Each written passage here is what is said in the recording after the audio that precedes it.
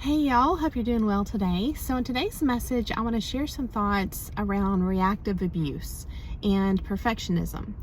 And what we're going to do is differentiate between what it means to observe in oneself as well as in others when a person has been psychologically abused, and how to differentiate that between someone who is behaving intentionally and knows that they have bad intentions and that they are essentially a wolf in sheep's clothing, right? Like how to differentiate that in others, and also how to see qualities within ourselves that may help to open up possibly repressed memories from our past, where maybe some experiences actually impacted us greater than what we realized, and maybe that caused some kind of unconscious conditioning that is undermining our efforts, right, to live our best life today. So we're going to be looking at all this kind of stuff, and I hope that you enjoy the message. So as we go through these topics today, I'm going to be sharing a little bit more from this book. So if you have it, I'm going to be reading a little bit from pages 67 and 68. So just go ahead and put that out there in case you're following along and making notes. But we're going to be talking about how you can be made to think that you're the one with the problem, okay?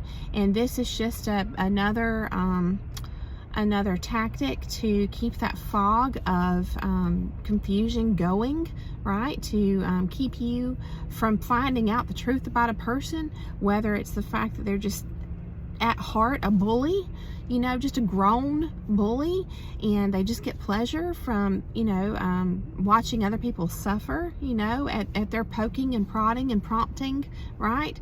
So, as well as, so they do this to create this fog to keep you from seeing that, right? That the truth about who they are. And then also we're going to talk about people who aren't really necessarily as concerned about getting reactions from you, but people who are doing very similar things, instigating very similar responses and reactions within you, but for a different purpose, not just to get pleasure out of watching you squirm, right? Like a predator would. But another reason that people with bad intentions may do this is because they're just simply a wolf in sheep's clothing who's living a double life, a hidden life, and you are serving as their mask or their facade, however you want to label it, to the rest of the world, okay? And so these are the people that are not really so invested in paying attention to you at all. You know what I mean? It's like it's hard to determine. It's so subtle. It's these people are very cunning. They're very sneaky in their tactics and very hard to figure out, right? And so obviously this video is not going to be related to the people who are just very overtly narcissistic. You know what I mean? This is more like those that are a little bit more cunning, and subtle. And so I just wanted to put that out there. So sometimes people can be both. These people with bad intentions, they can both have a hidden life that they're where they're just exploiting your relationship with them. Like if you're married to this person, or you're in a business partnership, or friendship, whatever it is, maybe you have a great reputation within your community, and they know, what their life is really like, and they're trying to hide their extremely immoral life, or they're corrupt, if they're, you never know what these people are into, whatever it is they're trying to keep on the down low. It's like they can exploit your relationship, right? And so but the people who do that, they can also have an interest, just like someone who isn't doing that, in just being a bully and just trying to see what kind of reaction they can get out of you. So it's kind of like there's blurred lines there. There's people who only like to see what they can get out of you, for fun. It's very wrong and horrible and sadistic. But then there's people who are just not interested in you at all, and they just want to use the connection with you to go and run off and have their second hidden life. And then there's people who do both. Okay, they do both. So we're just going to kind of be thinking on all this, right, so that we can sharpen our discernment. So the concepts of tolerance is going to come up today. Tolerance. We're going to look at a technique to become whole and healed and more aware ourselves. We're also going to be looking at patterns of what's called a split consciousness, right? A split within one's psyche. We're going to be checking out those patterns so that we can identify those in ourselves as well as in others, okay? But mostly, our goal today is to try and figure out this game that these people are playing, right, on us and with us. Okay, so this morning I ran across one of Sam Vaknin's videos, and I only watched part of it. He was talking about idealization, okay, idealization. And, you know, my understanding of this is, he was talking about how, you know, some people have this story in their mind that's, you know, just so, you know, and it's you know, they have everything in this story, in this fantasy of how they want everything to be, including the people in it, and everything that goes down, and they try to project this out like this subjective reality, which we're all prone to a degree, but I feel like what he was describing was like the subjective reality concept to the max, you know. And then his point, I think, was that any deviation in that at all is, you know, in some people it just results in intolerance. And so spiritually speaking, I would call this not so much idealization, but idolization, right? Idolizing particular standards and trying to, you know, to make everything suit your way and your will, you know, more than God's will. Just, you know, we're instructed in the Bible not to have any other idols before God. It's kind of like we're creating this idolization of how things should be per what we think, you know. And another way to look at this concept is, and remember, this is all a spectrum, okay, in different degrees of this kind of stuff within people. But another way to look at it is perfectionism. Perfectionism. And this has always been of interest to me, this concept, because I have seen this issue of perfectionism within my own family, and it's not something that brings people peace or contentment or joy, okay? And so we're going to be talking about that. But basically, if you just want to sum it all up, you could just say it's about when a person is living with expectations, but like on the extreme end of it, right? Because we all have, you know, certain expectations just naturally, you know, it's just automatic, per, you know, our life experience and our values and things, right? But this is, again, on the extreme end of things. So, you know, the only way that living with this kind of a mindset, with extreme expectations, extreme idealization of how everything should be, how other people should be, how every interaction should be, how every environment and experience should be on the extreme end, right? The only way that would work is if we had control of everything, and we don't, right? So, you know, we all have this tendency to want things to be a certain way. It's just part of our human nature, you know, to a particular degree. And this is evident when you look at children. You know, kids are this way. And it's you slowly kind of get acquainted with reality as you grow. But in your youth, when you're young, it's, you know, little kids are very intolerant. Things not going their way. I'm talking like from, you know, like you picked this up the wrong way, and that just ruined their entire day. That you did something a certain way. In their mind, they expected you to do something a particular way. So, but if you go back and you redo it, sometimes that kind of fixes everything. But it's just it's exemplary in our youth, right? So taking this concept of needing people to be a certain way, or needing things to be a certain way, this idealistic, perfectionistic type mindset, okay, if we have this concept, where's the difference between it being a sign of someone with bad intentions versus not? Okay, kind of keep that question in the back of your mind here as we move forward. So I'll go ahead and tell you, it comes down to it being a matter of conscious awareness, okay? Because again, we all have this tendency to a certain degree, and based on, you know, our life experiences and conditioning and all this, our culture and all that, right? To want things to go the way that we think they should go, right? So those who are aware of this human tendency that have bad intentions, those who have bad intentions, who are aware of this human tendency in us all, they are the ones that exploit this tendency in others, okay? So, in other words, let me just make a really clear statement here before we go further. That kind of sums up a lot. And that statement is this. It's my understanding at this point in my research and in my life, through observing and experience and all this, that perfectionism can be a result of psychological abuse.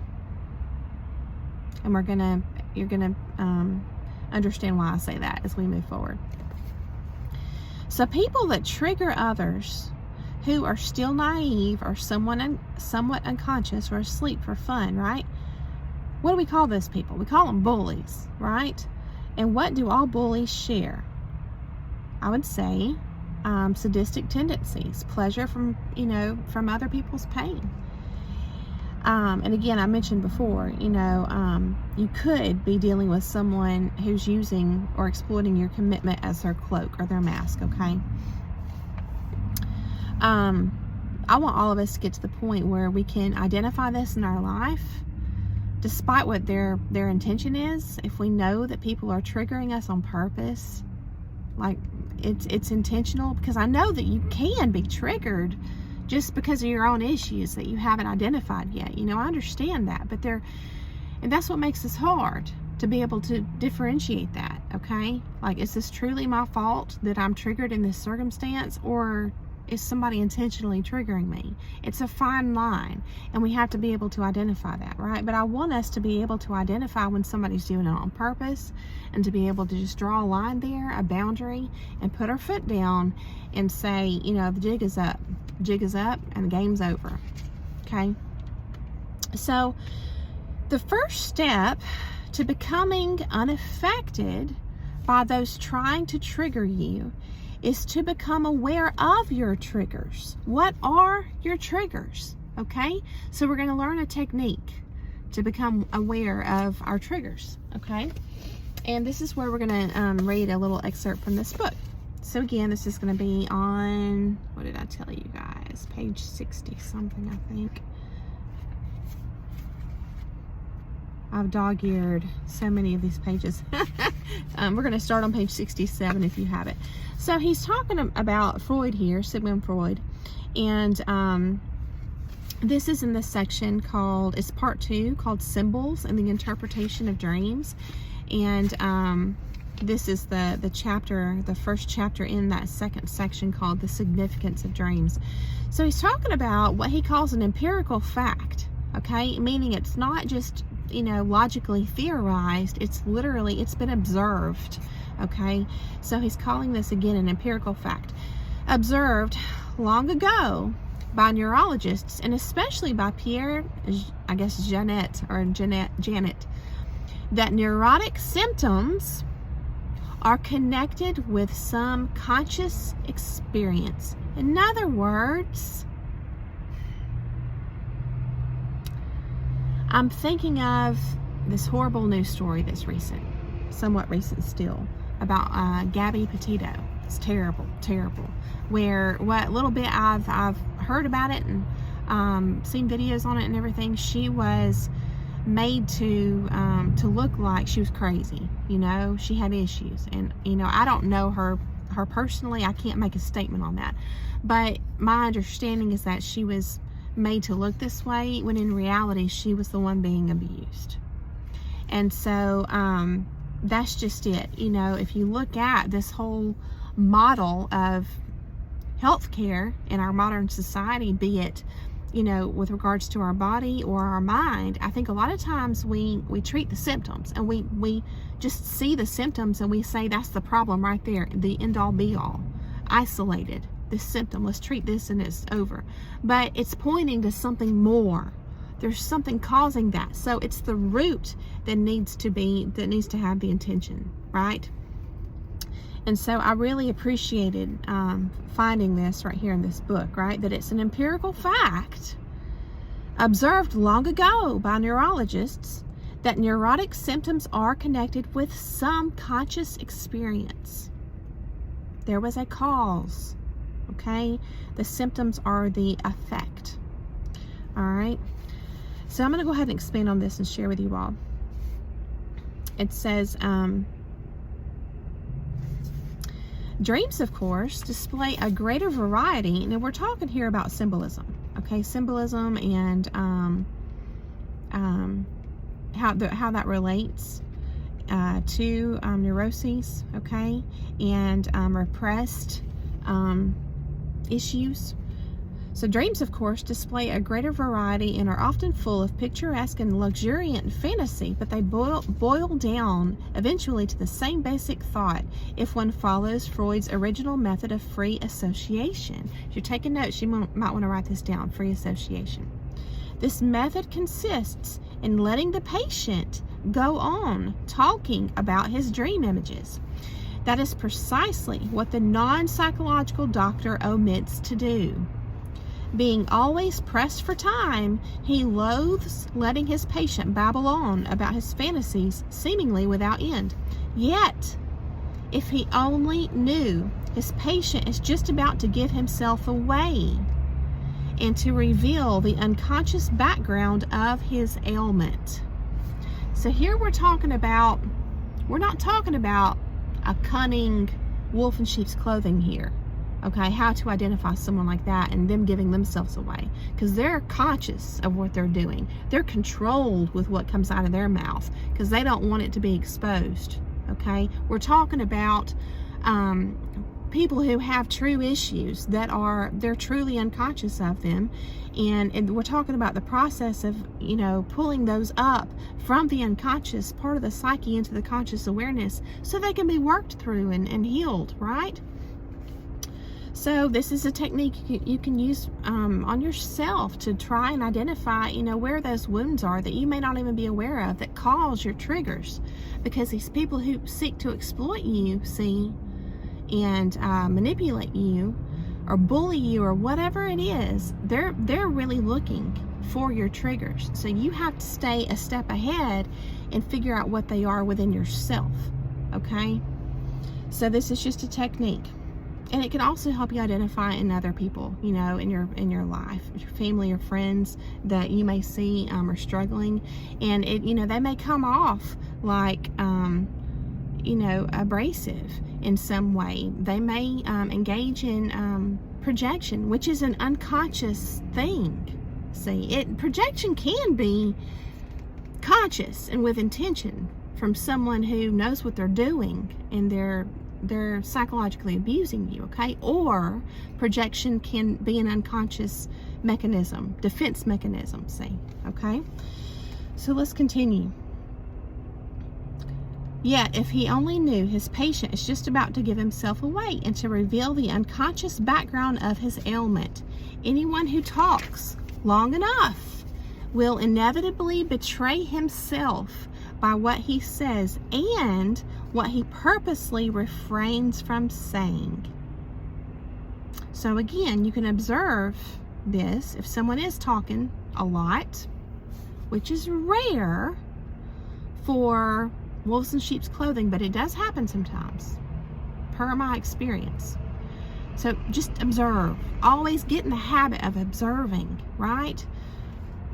The more you get out of your own, monkey mind, they say, then the more you can actually be in your present moment and you can catch stuff and protect yourself better, okay? So again, you can observe this if somebody's just rattling off, just tune in and focus, because you're going to possibly see some things revealed in both those who are truly unconscious and those who are conscious but lying, okay? He may try very hard to lead the doctor and himself away from the real facts, but after a while it is quite easy to see which point he is trying to steer away from. Though apparently rambling and irrational talk, through apparently rambling and irrational talk, he unconsciously circumscribes a certain area to which he continually returns in ever renewed attempts to hide it. In his circumlocutions, I guess you say, he even makes use of a good deal of symbolism, apparently serving his purpose of hiding and avoiding, yet pointing all the time to the core of his predicament. Thus, if the doctor is patient enough, he will hear a wealth of symbolic talk seemingly calculated to hide something, a secret from conscious realization. Okay, so then he expands and talks about Freud's theory of repression. Okay, repression. So again, repression can be done unconsciously, which I feel like that's what that was all talking about, or consciously from a wolf in sheep's clothing, a liar. Okay, so it's just it's a technique. You might consider doing a video journal, for yourself, where you just you do this free, what do you call it? Free association? I forget what he called it. I literally have lost the term now. I think that's what free association, where you just ramble about whatever, and then you go back kind of through the lens, through the eyes of what you think a therapist or a psychologist might be looking for, and just see like what, is there something. You have to get really real with yourself. You have to be willing to see your shadow self, and so in honest people, this stuff is all unconscious. Okay, so again, we're trying to figure out, what are those repressed wounds that are causing triggers within us, okay, that the bullies just pick up on like blood and water, when you got sharks circling. So yes, so I just encourage you to try to identify your wounds, and also, even if you can't do that so quickly, just look for those that repeatedly make you feel bad about yourself in some way, whether it's your choices, your judgment, your personality, your body, whatever it is, your accomplishments, just people that it's like every time you're around them, they just have to tear you down, some way or another, right? And with these people, it's compulsive. I can say this from experience, okay? And here's what I mean. There's been several people I've been able to identify in my life as having these, I guess what you might call narcissistic tendencies, that will literally apologize in the same breath as they are insulting you or doing something or saying something they know they shouldn't do or say. I'm sorry, but, or blah, blah, blah. I'm sorry, I know I shouldn't have said that. Same breath, multiple people. So look for that. And the other thing to look out for is if you ask someone like, hey, I'm kind of uncomfortable talking about that, or if you don't mind, I'd rather just kind of not go there. If you put that out there and they don't stop, then it's intentional. It's intentional. I know that's hard to accept with some people in your life, okay? But you have to get real with yourself. You have to. So, all right. So I opened with a statement of, how you can be made to think that you're the one with the problem, right? They do this. They blame you and shame you and spin it so that you're the problem, okay? A lot of times, to keep your focus on that, on your own regret, because you think you're just so flawed and messed up, right? And they just keep you in your feelings in that way sometimes, as a distraction from them, okay? All right. So, healthy people don't need others to react to them. They don't. And I know you know that, but I want to say it, okay? So, the lie has been spun that the ones reacting are the sick ones. So, everyone has beliefs, preferences, standards, values, desires. Every single one of us has that, okay? It's when this is exploited that it's spun as an issue. Like you're wrong for having these beliefs or preferences or desires or needs or standards, whatever, right? So again, that term that you want to notate is reactive abuse, okay? Because getting you to react is the abuse. They abuse you by getting you to react, okay? So I just encourage you to look for this as a repeated pattern in your life with someone. If you can identify this, that you tend to react a lot with a particular person, even if you can't identify, anything wrong with them, because you are like a responsible person, you're always evaluating yourself, wanting to learn and grow, which is where I try to stay always, but where I was for so long that's all I did, that I literally had a blind eye turn to anybody else being responsible or a problem, But just look for that. Look for that, a repeated pattern of someone getting you to react, because that in itself is the abuse, okay? And I say that because of this. Sometimes the abuser is the one that's extremely calm. They're very controlled, okay? They're playing innocent. They're very covert. And then sometimes the abuser will get you to react by amping up the atmosphere, you might say, right? And then, like, if you respond on their same level, depending on whatever it is, if they come to you and they're in a frenzy about something, or a tizzy, like we say, I don't even know what that means, we say that down here in the South, and you're like, oh gosh, and they get you all stirred up emotionally, then you can literally, if you pay attention and observe, you can catch that little, what they call duper's delight in their eyes, and it's like they get excited that they've just got you emotionally ramped up, affected. But a giveaway from that point is that once you're there and they just kind of sit back and they're calm, and then they can spin it and say, what are you so upset about? And if, depending on how much your mind has been messed with, you may actually fall into feeling ashamed of yourself in that moment, instead of someone who hasn't been psychologically abused for a long time might be like, well, I'm upset because you came to me upset. See, you can call it out. You can call it out when your mind is clear and healthy and you're not caught up in that fog, okay? When you are in that fog, you're more easily manipulated. So their emotions can flip like a switch. They can exploit their own emotions to get you emotional, to get you to react, okay? It's fake. Their emotions come off genuine. They're upset in a tizzy. You're concerned about them. You get in a tizzy, and then they're cool. Like that. Boom. Flipping a switch. Okay?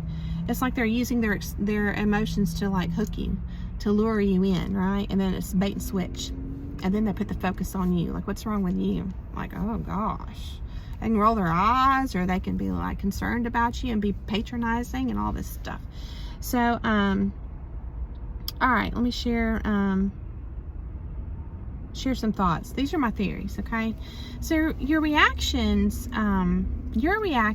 feed their delusion, okay? And their delusion, this is one theory I have, is their crutch in life. It's that important, okay? And this can be because they think that they're powerless, something in their childhood that happened, some kind of bad experience may have made them feel so powerless, and they've been stuck there ever since.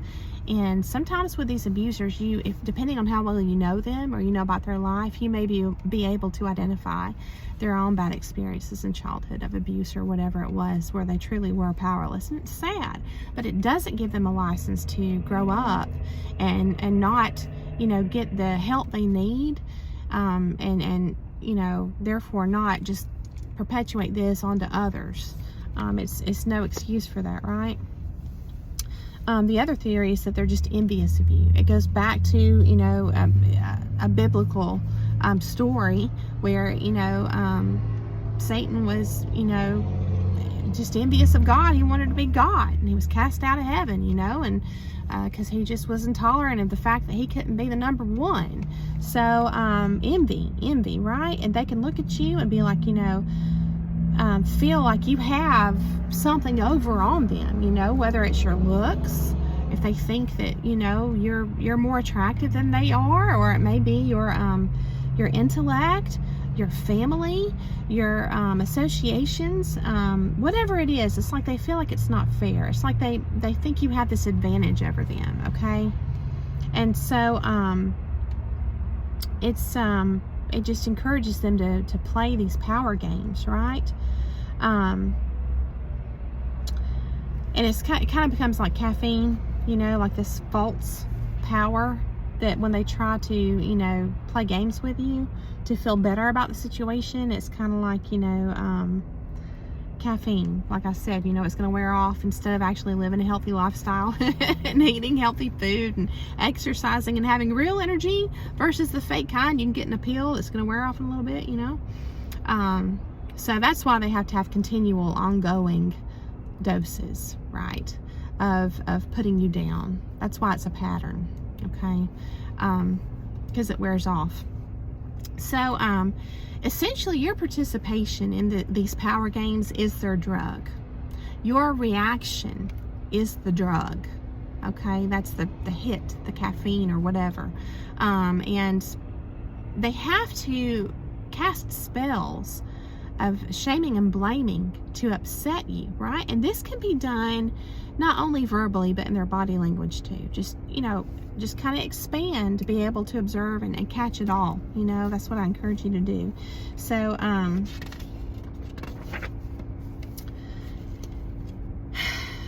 back to that video I mentioned about Sam Vaknin talking about idealization.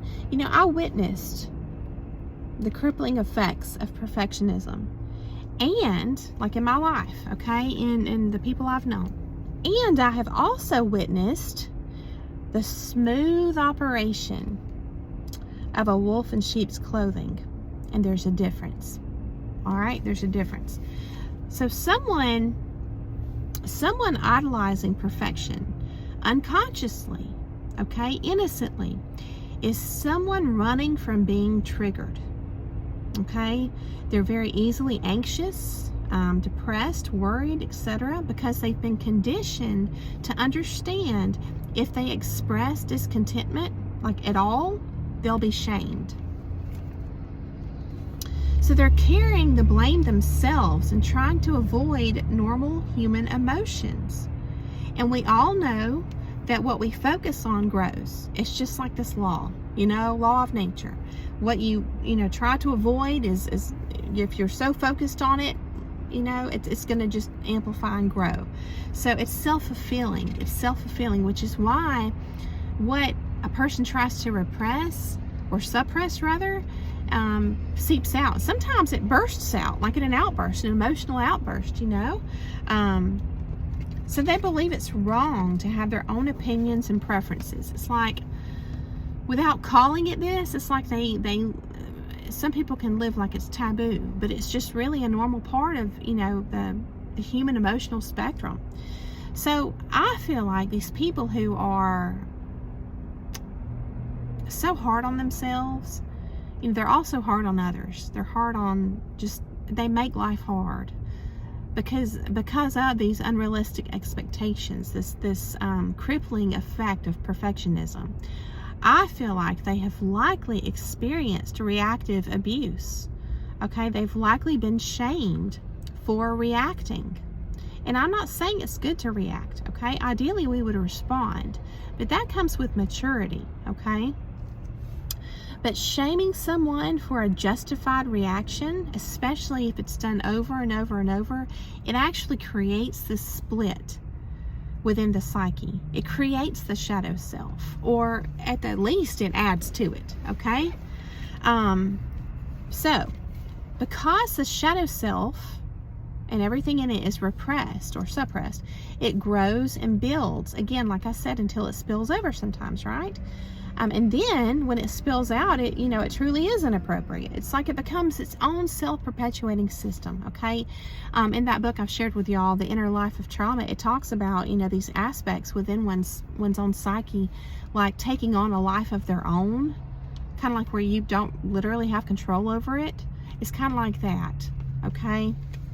So psychological abusers love this mechanism within the human psyche. And when it's hacked and exploited in someone, this is me saying this is the essence of cruelty.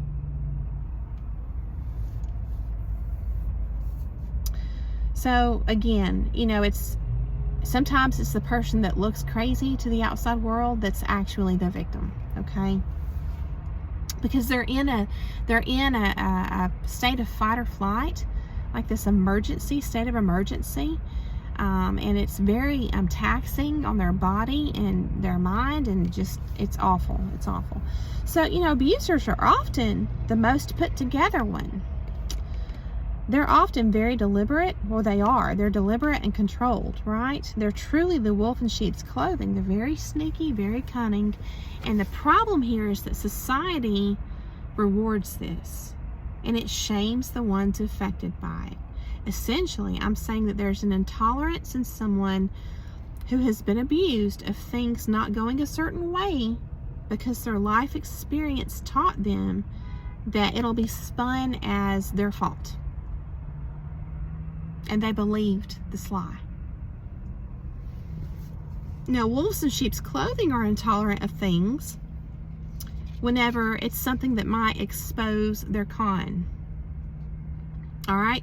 Things that interfere with their completely self-indulgent and hidden life. Those two things are what they don't tolerate, okay? The wolves in sheep's clothing. Number one, something that might expose them. And number two, something that's just going to interfere with their extravagant, self-indulgent, immoral life. So that's why the primary things that you witness in them, to me, this is per my experience, are impatience and frustration. And the other thing is just haughtiness, okay? Or what I guess the proper term is grandiosity, right? So, but you really do have to look at the whole picture to make a determination, and again, it's not about judging someone or labeling someone. It's just about identifying these traits in people that are in your life to protect yourself, okay? So I don't know if we'll ever understand why some people choose to live this way, but let me leave you with this.